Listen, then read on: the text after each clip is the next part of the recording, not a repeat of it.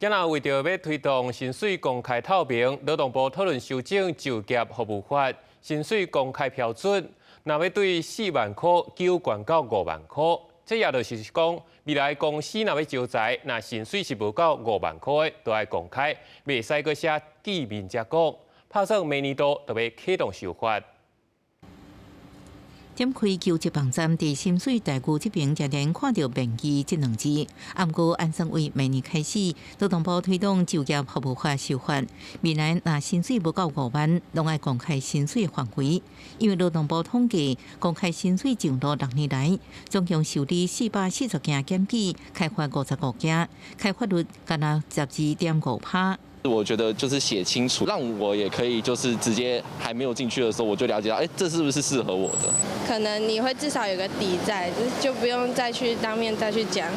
为主计总处数据来看，国内计薪族年会分布分做2个区，首先是20岁到24岁民众，月薪不到3万的人数有18.8万人，比率47.1%。第25岁到19岁，月领不到3万，也有14.9万人。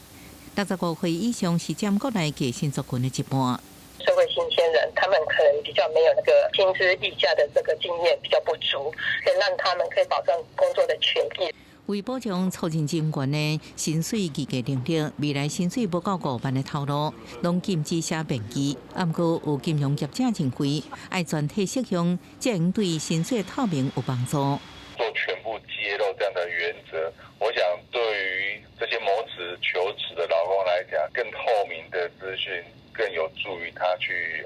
判断他的求职的机会。薪资呢，这个越透明化的话，也会跟着这个比价效应往上推升，有助于提高这个新鲜人这个薪资的一个这个拉抬。劳动部按算修法了后，应包含的透露范围差不多是9成，不过有其他经济专家认为，找透露应该提升自我的能力，将提悬薪水谈判的条件。记者综合报道。